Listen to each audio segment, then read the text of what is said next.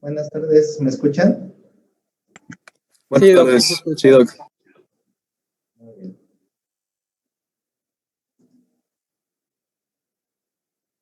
¿Sí están viendo las diapositivas? ¿Sí? Bueno, vamos a abordar un poquito sobre los parámetros de la biometría hemática y cómo se va haciendo el abordaje de lo más esencial de la anemia. Ya en las siguientes clases después iremos viendo específicamente la anemia, las alteraciones en las plaquetas, las alteraciones en los glóbulos rojos, en los glóbulos blancos, altos, bajos, qué diagnósticos diferenciales vamos teniendo, ¿correcto? Bueno, en general el término anemia va a ser una disminución de la masa eritrocitaria. Esto va a ser la anemia, independientemente en qué nivel esté. Cualquier disminución de los parámetros de los glóbulos rojos es anemia. Convencionalmente, el parámetro con el cual determinamos con una mayor precisión la anemia va a ser la hemoglobina. Y como segundo parámetro con el cual ustedes pueden evaluar o decir que un paciente tiene anemia es el hematocrito. Esos son los dos parámetros con los cuales ustedes van a decir si un paciente tiene o no anemia. Nunca con los eritrocitos.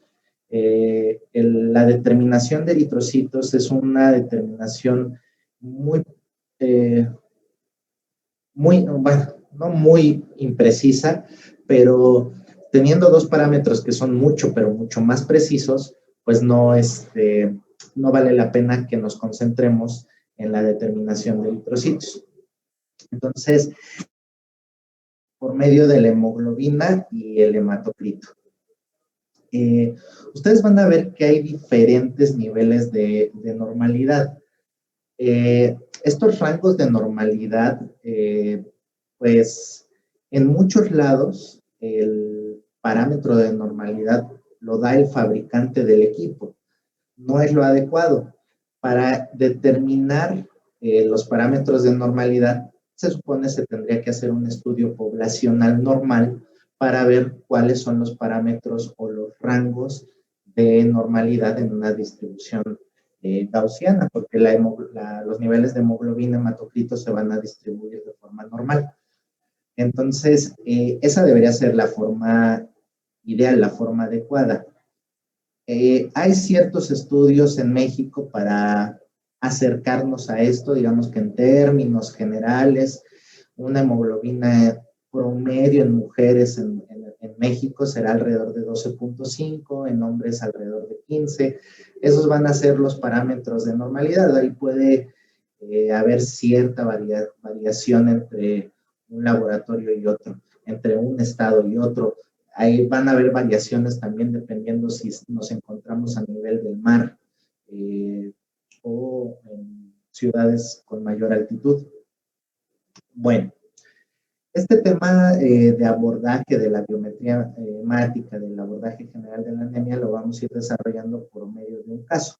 Entonces, supongamos a una mujer de 35 años que lleva 10 meses con cansancio, astenia, dinamia, disnea de medianos esfuerzos y desde hace un mes presenta palpitaciones, palidez generalizada.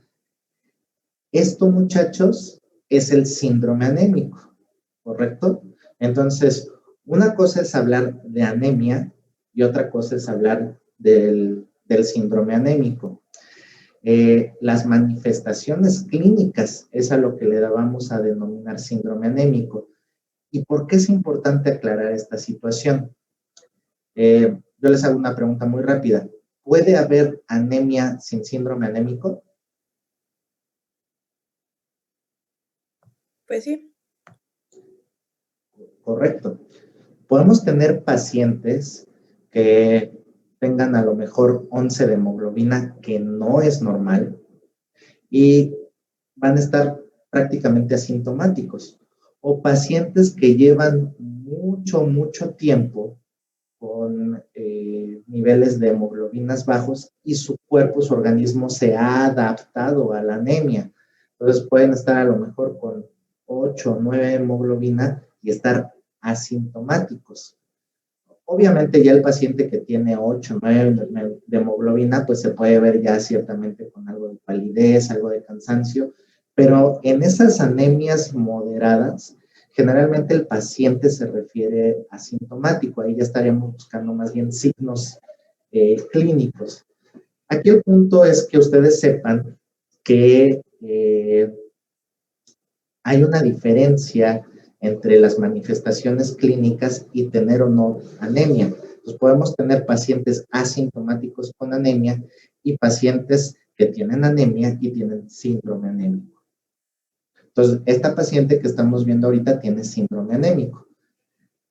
Es importante que cuando nosotros nos topemos con un paciente al cual estamos abordando por síndrome anémico, pues hagamos algunas determinaciones importantes desde el punto de vista clínico.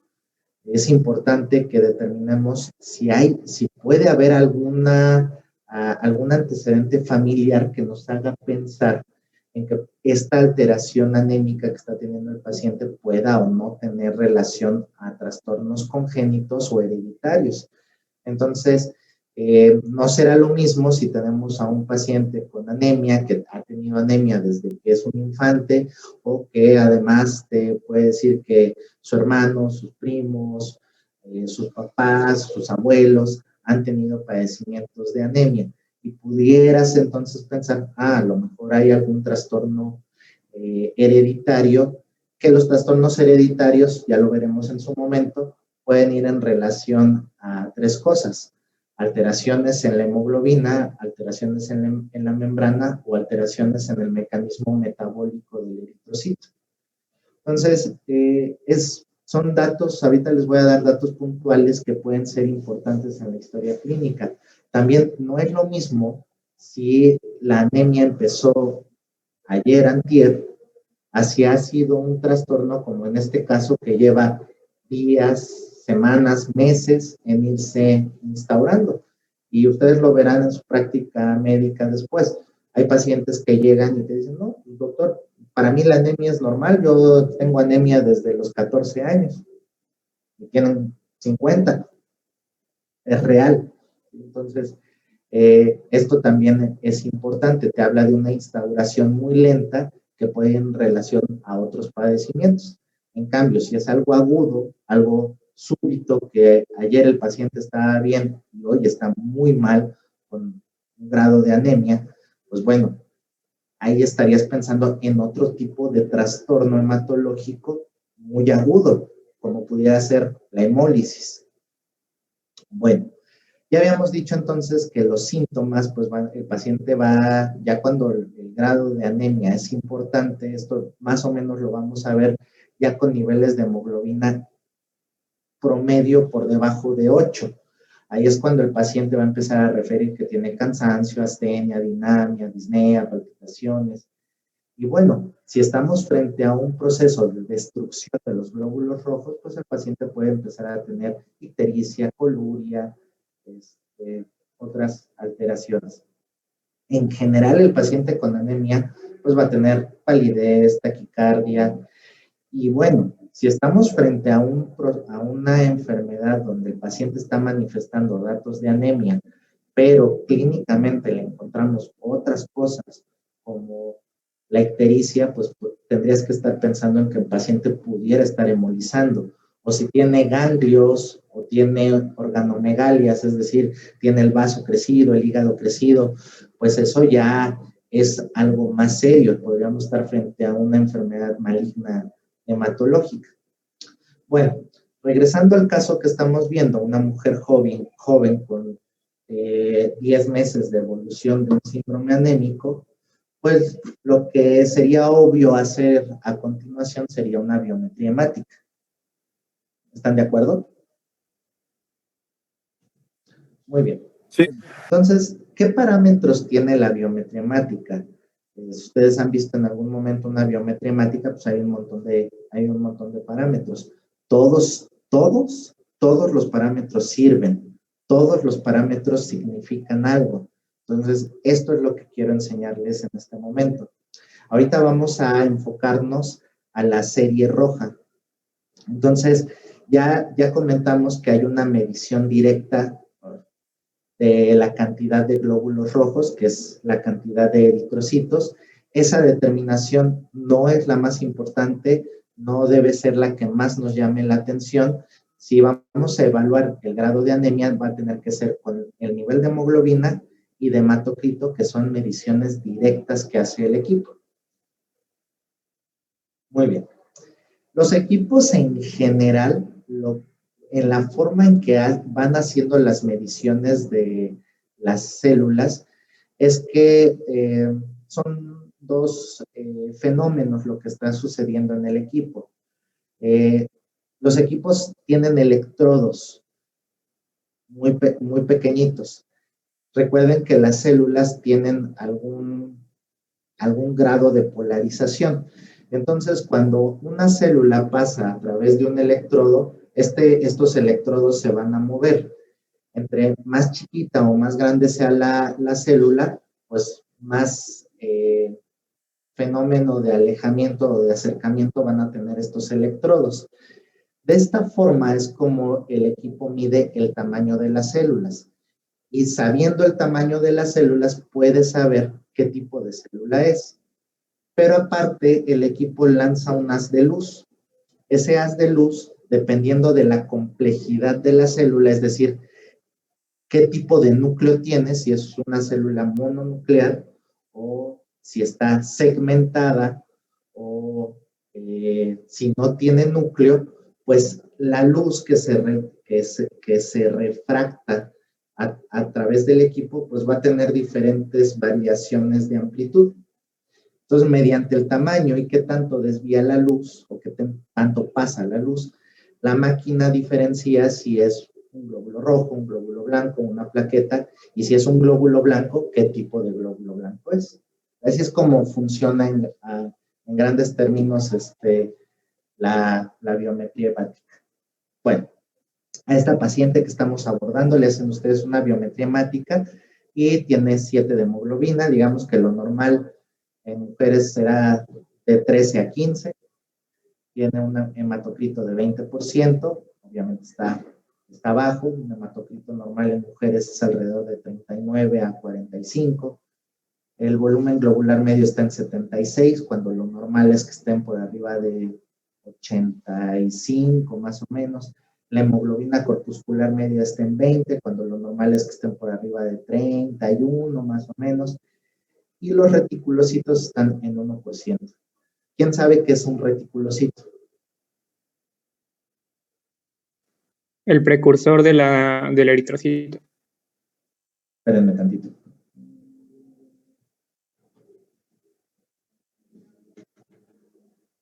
Ahora sí, perdón. ¿Qué es un reticulocito? El precursor del eritrocito. Correcto. Es la forma inmediata anterior al eritrocito.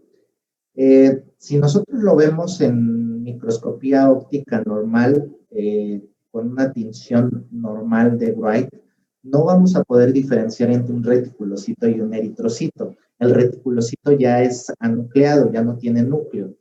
Se hacen tinciones especiales, supravitales, para determinar cuántos reticulocitos hay. La importancia de medir el precursor eritrocitario es que te va a hablar de la capacidad que está teniendo la médula ósea de regenerar. Pregunta, si ustedes están frente a un paciente con anemia, ¿cuál sería, de forma lógica, la respuesta de la médula ósea?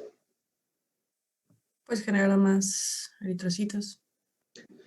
Producir más. Entonces, la lógica te lleva a pensar que ante un proceso de anemia, los reticulocitos tendrían que estar altos, ¿correcto? Entonces, lo normal en un proceso de anemia sería que el paciente tuviera reticulocitosis. ¿Estamos bien? ¿Quedó claro ese concepto? Sí. Perfecto. Muy bien. Si nosotros agarramos un paciente sano, una persona sana, que tiene 14 de hemoglobina, El nivel normal para una persona sana de reticulocitos pues andará entre 1 o 2%. Ese va a ser el rango normal, pero en una persona normal. Si yo agarro a una persona con anemia, lo que tú esperarías como una respuesta normal es que tuviera reticulocitosis, que tuviera por lo menos arriba del 3% de reticulocitos. Bueno, vamos desentrañando cada parámetro. El volumen globular medio, ¿qué es? En términos muy sencillos de entender, el volumen globular medio es el tamaño que tiene el eritrocito. Los eritrocitos, lo que tienen que recordar es que tiene que haber cierta uniformidad en los tamaños. Los eritrocitos tienen que ser casi todos igualitos en tamaño, eso es lo que esperamos. Entonces, el volumen globular medio de lo que nos va a hablar es del tamaño.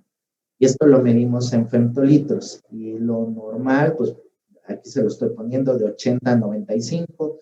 Como ya dijimos en algún momento, estos rangos variarán con respecto a dónde se está haciendo el laboratorio, dónde vive el paciente, etc, etc, etc. Entonces, pueden haber alteraciones en el tamaño del eritrocito. Los eritrocitos pueden ser chiquitos, pueden ser de tamaño normal o pueden ser muy grandes. Por poner ejemplos, los eritrocitos se ven muy chiquitos en deficiencia de hierro. Los eritrocitos se ven muy grandes en deficiencias de folatos o de vitamina B12. Pero no son las únicas alteraciones. Puedo tener yo anemia con tamaños normales del eritrocito. O puedo yo tener, por ejemplo, pacientes con talasemia, una alteración congénita de la hemoglobina, y voy a tener microcitosis, ¿correcto? O puedo yo tener pacientes con síndrome mielodisplásico, una falla medular donde ya no se producen adecuadamente las células de la sangre, y puedo tener volúmenes globulares medios altos, o sea, macrocitosis. Entonces, no es una regla esto que les acabo de comentar, pero sí puede ir haciendo diferencia diagnóstica ya cuando lo vas unificando con los otros parámetros. Bueno, aquí les pongo unas tablas de los parámetros normales en estudios que se han hecho en México. Ya son muy viejitos, pero bueno, es un intento de ver cuál es el parámetro poblacional normal.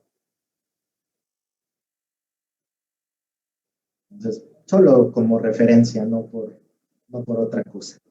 Bueno, la hemoglobina globular media, ¿qué es? Esto nos va a hablar más o menos de la cantidad de hemoglobina que hay en general en todo el hematocrito. Esta es la forma más precisa de evaluar pues, qué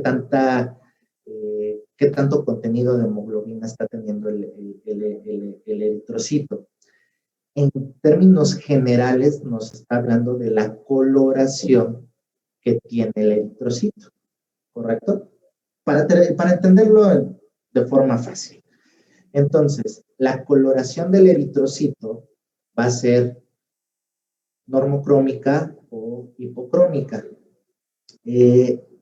La hipercromía, o sea, sí podemos llegar a tener hemoglobinas corpusculares medias altas, pero esto es un poco ilógico si estamos pensando en que si la hemoglobina es el parámetro que determina la anemia y el paciente tiene anemia, pues suena ilógico que esté hipercrómico, ¿correcto? Este fenómeno lo podemos llegar a ver sí cuando tenemos enfermedades hemolíticas donde hay una destrucción muy acelerada y hay un recambio una producción muy acelerada de glóbulos rojos. Podemos tener hipercromías por la el proceso tan acelerado de producción que está teniendo la médula ósea. Fuera de ese contexto, la hipercromía vaya, no sé si me entienden, pues no existe de forma lógica, ¿sale? Salvo en ese contexto de si, o sea, cuando ustedes vean hipercromía, nada más descarten, no estará embolizando el paciente, o sea, no está teniendo una destrucción y una producción muy acelerada de glóbulos rojos. Lo que sí cobra importancia es cuando está normocrómico o hipocrómico. Entonces, esta que damos entonces es el contenido real de hemoglobina que tiene un eritrocito y es la forma más precisa de evaluar la cromía. Existe la concentración media de hemoglobina globular, es decir, todo el hematocrito, cuánta hemoglobina tiene. Es un porcentaje, es una aproximación, no es la forma más precisa de medirlo, pero bueno, es un parámetro que se sigue usando y está ahí para medirlo. En general nos está hablando de lo mismo que la hemoglobina corpuscular media, pero de una forma más precisa. Entonces esta no es una medición tan precisa, pero nos está hablando también de lo mismo, de si está normocrómico, hipocrómico o está falsa hipercromía. Bueno, esto lo van a ver prácticamente en todas las biometrías hemáticas, que es el ancho de distribución eritrocitaria. De lo que habla este parámetro es de la variabilidad de formas y tamaños que están teniendo los eritrocitos. Si ustedes recuerdan, les había comentado que el tamaño y la forma de los eritrocitos va a ser uniforme. Van a ser casi todos, van a ser de la misma forma y de los mismos tamaños. Cuando yo tengo alteraciones en la producción, en la maduración de las células, lo que va a empezar a pasar es que van a haber unos eritrocitos más chiquitos que otros, más deformes que otros. Entonces, esta variabilidad de tamaños que era uniforme empieza a ser muy amplia. A esto es a lo que se está refiriendo el ancho de distribución eritrocitaria. Entre más grande sea, de lo que les está refiriendo, lo que les está diciendo, es que hay mucha variabilidad de tamaños y formas. Y en general es por una mala producción de la médula ósea. O sea, la médula ósea está produciendo deficientemente las células. ¿Por qué motivo? ¿Quién sabe? Eso es lo que habrá que investigar, pero eso es lo que significa el ancho de distribución eritrocitaria. ¿Queda claro? ¿Hasta aquí tienen alguna duda? ¿No?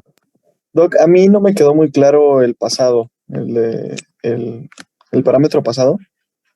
La concentración media de hemoglobina. Ajá. Imagínate que te toman una muestra en un tubo. Si el tubo lo centrifugas, se va a dividir en dos partes, ¿correcto? Entonces, una parte va a ser el plasma y otra parte van a ser el concentrado de células, el hematocrito, más o menos. Pero para que me entiendas, si tú agarras un solo eritrocito y a ese eritrocito le mides la hemoglobina, esa va a ser la hemoglobina corpuscular media. ¿Estamos de acuerdo? Sí. Perfecto. Si tú al tubo, que ya lo tienes separado en plasma y en el concentrado de células, el hematocrito, tú puedes hacer un aproximado de cuánta hemoglobina tiene toda la masa celular roja. A eso se le llama concentración media de hemoglobina corpuscular o de hemoglobina globular. Es un parámetro aproximado, por eso se da en porcentaje. Tú estás calculando más o menos cuánto porcentaje de hemoglobina tiene toda la masa eritrocitaria. Entonces, no es un parámetro tan aproximado ni es una medición exacta como lo sería la hemoglobina globular media, porque aquí sí estás midiendo en gramos cuánta hemoglobina tiene un eritrocito, ¿correcto? Entonces, esta es la forma, la hemoglobina globular media es la medida exacta de hemoglobina en un eritrocito y la concentración media de hemoglobina globular es cuánta hemoglobina hay en todo el paquete eritrocitario. ¿Más o menos? Sí, pero entonces, ¿por qué usaríamos la concentración media de hemoglobina? ¿O no tiene en realidad una utilidad específica comparándola con la otra? Pues no, es un parámetro que se ha seguido usando, que se sigue refiriendo. De hecho, aquí se los estoy poniendo, de hecho se los pongo en la diapositiva y se los estoy poniendo en la diapositiva porque así está referida en la literatura. Es el parámetro menos útil y es inexacto, pero pues por costumbre se sigue poniendo. Entonces, ¿de verdad tiene una utilidad? Pues no, la verdad es que no tiene una utilidad importante. Gracias. Oiga, Doc, yo también tengo duda en el siguiente parámetro. ¿De la ancha de distribución eritrocitaria? Ok. Si ustedes agarran todos los eritrocitos, tú esperarías en una persona normal que todos los eritrocitos sean del mismo tamaño y de la misma forma. ¿Sale? Eso, si ustedes lo van dibujando, pues todos van a caer en un parámetro donde ya llevaron en algún momento estadística.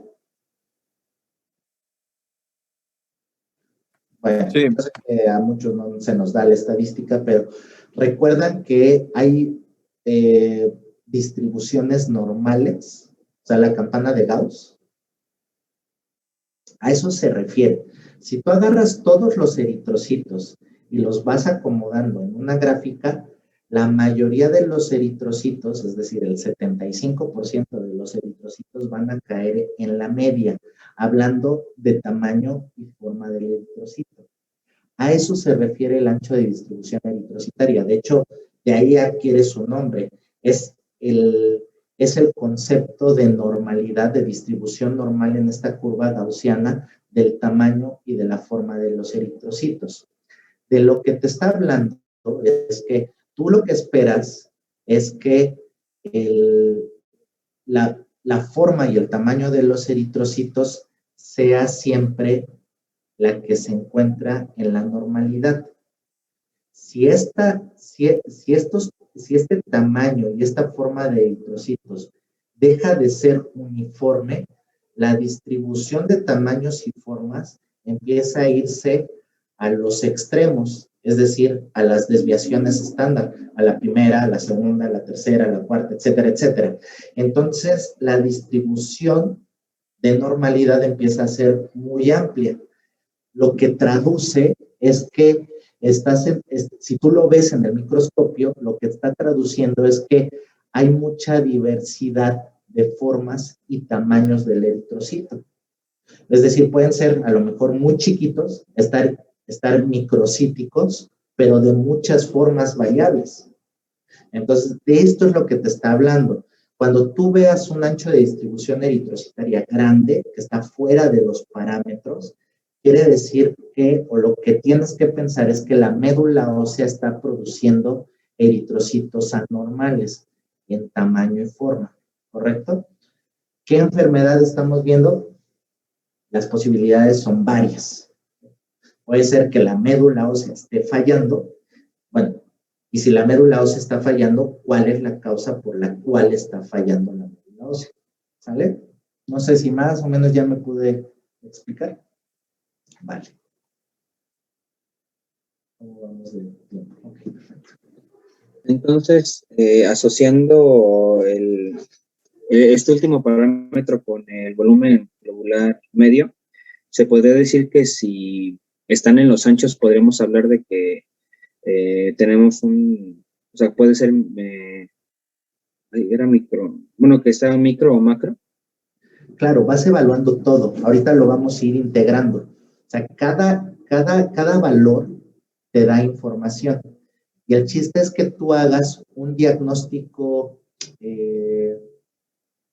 integral con los diferentes parámetros que te da la biometría hemática, porque existen patrones casi muy específicos de algunas patologías.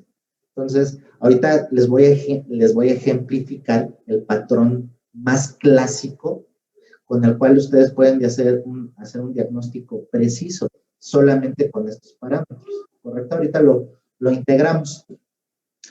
Entonces, la cuenta de reticulocitos ya la platicamos. Entonces, el reticulocito va a ser el precursor, y si tú tienes anemia, tú esperarías que la respuesta normal sea que los reticulocitos están altos. Si tú tienes un paciente con anemia y los reticulocitos están normales o bajos, ¿qué quiere decir? ¿Qué traduce? Es una Piensa en anemia. lo lógico. Es un trastorno agudo. Pero, ¿qué significa? Que la médula no está produciendo. Correcto. La médula ósea no está produciendo. Entonces, si tú estás frente a un paciente con anemia y los reticulocitos están normales o bajos, es porque la médula ósea está fallando. A eso se le denomina arregenerativo. ¿Correcto? Si la cuenta de reticulocitos estuviera alta, quiere decir que la médula ósea está haciendo su chamba. Entonces estarías frente a una anemia regenerativa. ¿Correcto? ¿Queda bien claro este punto? Este punto es, yo creo, de lo más importante que van a aprender. Cuando ustedes estén evaluando a un paciente con anemia, tienen que pedir reticulocitos. Es inconcebible que ustedes como médicos estén evaluando a un paciente con anemia sin reticulocitos, ¿correcto? Entonces, siempre que van a evaluar a un paciente con anemia, hay que hacerle reticulocitos. Porque este parámetro es importantísimo, porque te va a dividir las posibilidades diagnósticas ya de una forma muy importante para que tú puedas pensar, si está regenerativo, la médula ósea está fallando. ¿Y por qué está fallando? ¿Correcto?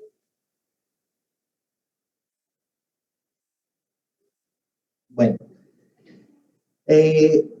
la inmensa mayoría de cuando ustedes hacen una determinación de reticulocitos, la inmensa mayoría se hace por un cálculo que hace el equipo. Pero este cálculo que hace el equipo está programado para calcular qué porcentaje de reticulocitos tiene la muestra en base a un hematocrito normal. Entonces, ojo, cuando la cuenta de reticulocitos te la estén dando por hasta cuando se hace por camarita de forma manual, si el laboratorio no te está refiriendo que ya está corregida la cuenta de reticulocitos, ustedes la tendrían que corregir. Este ya es un concepto más que nada ya para un especialista, pero bueno, pues qué mejor que sepan este dato. La cuenta de reticulocitos se tiene que corregir si el laboratorio no te está haciendo la indicación de que ya están corregidos. Entonces, cuando a ustedes les dan una cuenta de reticulocitos, esa cuenta de reticulocitos está calculada a un hematocrito normal, promedio 45%. Entonces, solo es una regla de 3. Si te dicen que el paciente tiene 5% de reticulocitos, ese 5% corresponde a un 45% de hematocrito normal. La corrección se hace al hematocrito real del paciente. Entonces es una regla de 3. ¿Sale? Así de sencillo es esto. Bueno. El frotis, es decir, mirar la sangre al microscopio, también puede ser sumamente importante. Esto ya lo iré retomando yo específicamente con las patologías con las patologías en específico cuando las vayamos viendo. Ahorita nada más comentarles, esta sería una fotografía de un frotis de sangre normal. Si ustedes se fijan, si recordamos el concepto del ancho de distribución eritrocitaria, fíjense cómo la inmensa mayoría de los eritrocitos caen en una forma y un tamaño uniforme. Esto es lo que traduce o lo que ustedes deberían imaginar cuando ven un ancho de distribución eritrocitaria normal. Esto sería lo que se estaría viendo en el microscopio. Cuando empieza a haber este tipo de alteraciones, donde hay unos muy grandes, unos más pequeños, o la forma ya se perdió, es decir, que empiezan a haber esferocitos, eliptocitos, pues el ancho de distribución eritrocitaria empieza a ampliarse. Entonces ustedes pueden imaginar que estamos frente a cosas como estas. ¿Queda claro? Y bueno, Sí, este tipo de alteraciones en el eritrocito pueden llegar a ser hasta diagnósticas. Por ejemplo, ver eliptocitos, como la imagen de aquí abajo, pues te habla de un trastorno de membrana congénito del eritrocito. Son pacientes que van a estar teniendo anemias hemolíticas de forma crónica y de forma congénita, hereditaria. Y es por un problema de una deficiencia, de una alteración en una de las proteínas de la membrana del eritrocito. Bueno, algunas otras formas. Estos se llaman esquistocitos. Esto es sumamente grave. Los esquistocitos son fragmentos eritrocitarios. Esto se da en patologías que se llaman microangiopatías trombóticas. Es decir, son microtrombosis que se dan en los vasos capilares por agregación plaquetaria y depósito de fibrina en los vasos capilares. Y cuando el eritrocito pasa por el vaso capilar, imagínense, es una telaraña, una red, ya el eritrocito no alcanza a pasar por ahí, se fracciona, se fragmenta, se destruye. Entonces son pacientes que van a estar teniendo hemólisis de una forma muy, muy aguda y el paciente se muere, hacen fallas renales, alteraciones neurológicas muy, muy graves. Y bueno, a lo mejor algunos otros tipos de alteraciones que pueden ser muy llamativas, como este tipo de formas que se llaman acantocitos, pero que a veces no tienen algún significado importante. Por ejemplo, yo aquí les pongo que el acantocito se puede ver en cirróticos, se puede ver también en nefrópatas, pero también se puede ver en una muestra que le haces un frotis no de forma inmediata. Por ejemplo, si tomas una muestra y le haces el frotis hasta 12 horas después, pues vas a ver esto. La célula se va deshidratando. Entonces, digo, son muy llamativos, pero a veces pueden significar nada. Y otro tipo de formas que se pueden ver, pero ya con tinciones especiales. Si se fijan, esta no es la misma tinción que estábamos viendo aquí, ¿correcto? Esta es la tinción habitual que se llama Wright. Aquí estamos viendo ya tinciones que se llaman tinciones supravitales para, por ejemplo, para ver o medir los reticulocitos, pero que también, pues si empezamos a ver estos depósitos o estas alteraciones, podemos hablar de alteraciones o deficiencias, por ejemplo, de enzimas de las vías metabólicas del eritrocito. O cosas tan bueno, depende de dónde vivas, dónde estés, ¿no? Esto es un plasmodio. O sea, puedes estar también frente a pacientes con malaria que hacen fiebres terciarias cuaternarias y tienen hemólisis. Y bueno, estar frente a un plasmodio. Y esto lo puedes diagnosticar viendo una tinción normal de Wright. Son ejemplos nada más, ¿no?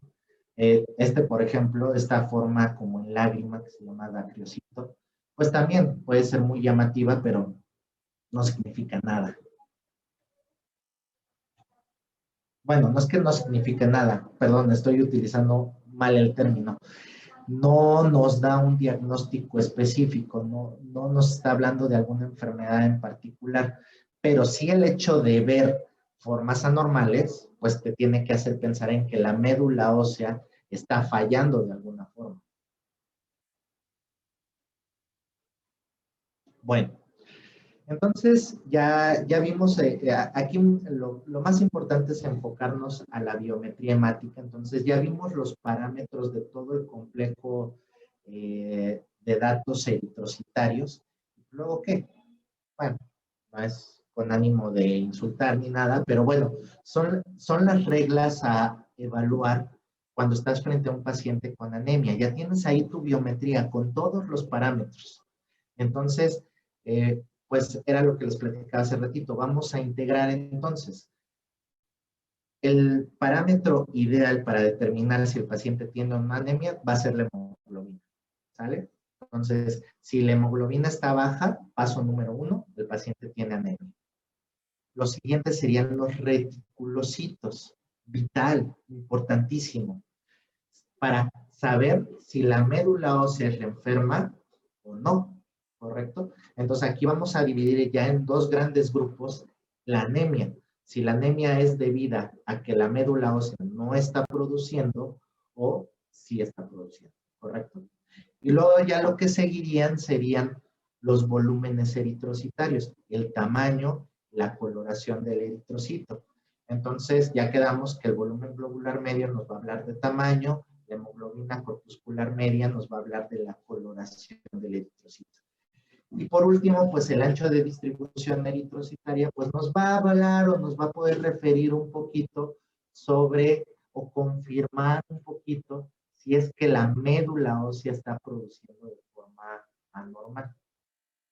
No va a ser el parámetro más importante. Pero como les decía, hay patrones.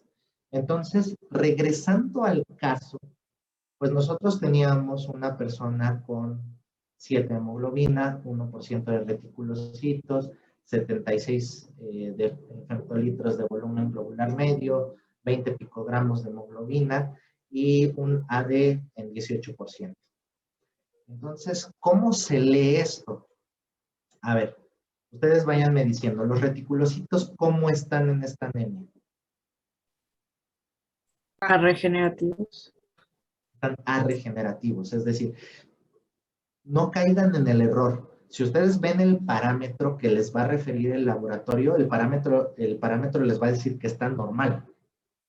Pero en una anemia, tú no esperarías que los reticulocitos estuvieran normales. Tú en una anemia lo que esperarías es que estuvieran altos. Sería la respuesta normal de la médula ósea. Entonces estamos frente a una anemia arregenerativa. ¿Correcto? ¿Vamos bien hasta aquí? Ok. El tamaño del eritrocito, ¿cómo está? Bajo. Bajo, está chiquito. Entonces tenemos glóbulos rojos chiquitos, están microcíticos. La hemoglobina corpuscular media, ¿cómo está? Bueno, a lo mejor aquí me faltó ponerles los parámetros, pero está por debajo del valor mínimo normal. Entonces, ¿cómo está el eritrocito? Micro. Sí. Es decir, está Microcítico. Entonces, tenemos eritrocitos chiquitos de tamaño y descoloridos, por decirlo de alguna manera. Entonces, fíjense, tenemos una anemia arregenerativa, microcítica hipocrómica con AD amplio. Esto es un patrón. Así es como ustedes deben referir o cómo deben de leer la anemia con una biometría hemática en la mano. Entonces, este es el parámetro, este patrón es el patrón clásico de la deficiencia de hierro. Entonces, ustedes con una sola, digo, yo sé que es el ejemplo más, a lo mejor más burdo, más sencillo, pero también va a ser la anemia más frecuente que ustedes van a ver. La deficiencia de hierro va a ser alrededor del 65% de las anemias, ¿correcto? Entonces, es importante, si es lo más frecuente, es importantísimo que ustedes sepan cuál es el patrón de la biometría hemática, porque el patrón es diagnóstico. Si tú tienes una anemia regenerativa, microcítica, hipocrómica con AD amplio, es una deficiencia de hierro, ¿correcto? Bueno, pregunta, ¿por qué si la causa de la anemia es deficiencia de hierro, por qué estamos frente a falla medular? Porque están de acuerdo conmigo que esto es una falla medular. La anemia está a regenerativa, ¿es correcto? ¿Sí o no? Sí. Correcto. ¿Por qué el paciente está en falla medular?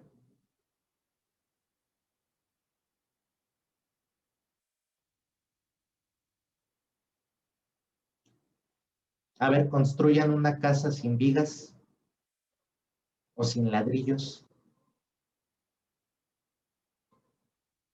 Pueden tener la mano de obra, el arquitecto, el- el- los, los maestros albañiles, pero si no hay vigas, si no hay ladrillos, pues estamos frente a una falla. Las fallas medulares pueden ser carenciales o porque la fábrica, a pesar de que sí tiene materiales, no produce. Esto ya lo vamos a ir viendo más adelante. Pero al punto que quiero llegar ahorita es que las anemias carenciales, y las anemias carenciales es muy específico, es por deficiencia de folatos, de vitamina B12 o de hierro. Las anemias carenciales traducen o generan falla medular. Si el paciente está carente de hierro, carente de B12 o carente de folatos, pues vamos a estar frente a una falla medular. Habitualmente, por ejemplo, la deficiencia de hierro solo nos dará anemia, pero a veces, si la deficiencia ya es muy profunda, muy grave, a veces puede fallar completamente la producción. Por ejemplo, en la deficiencia de vitamina B12, de cobalamina, sí, lo más habitual o lo más frecuente es que haya anemia, pero es sumamente frecuente que la deficiencia de B12 genere pancitopenia, es decir, una falla medular completa. Podemos tener pacientes con deficiencia de B12 que glóbulos rojos, glóbulos blancos, plaquetas están abajo, ¿correcto? Entonces, pues bueno, pues esta era la intención de esta clase. Como les comentaba, pues ya lo iremos desarrollando más precisamente en las siguientes clases. Este patrón microcítico, hipocrómico, regenerativo con AD amplio es el patrón clásico diagnóstico de deficiencia de hierro, ¿correcto? Y si ustedes tienen a un paciente con anemia microcítica hipocrómica con AD amplio, a regenerativa, pues lo único que hay que darle es hierro. No necesitas darle ácido fólico, B12, porque existen en el mercado complejos que traen ácido fólico, hierro, hasta multivitamínicos, ¿no? Y no sirven de nada, al contrario, si están frente a un paciente con deficiencia de hierro y le dan un multivitamínico, no lo van a alcanzar nunca, nunca van a curar al paciente, porque la cantidad de hierro que traen estos compuestos es muy bajita. Y además, cuando se mezcla el hierro con otros elementos, con productos, por ejemplo, con otras vitaminas liposolubles, no se absorben, ¿correcto? Entonces, si están frente a un patrón clásico de deficiencia de hierro, pues al paciente hay que darle hierro y ya, ¿vale? Bueno, pues hasta aquí nos vamos a quedar, muchachos. No sé si tengan alguna duda.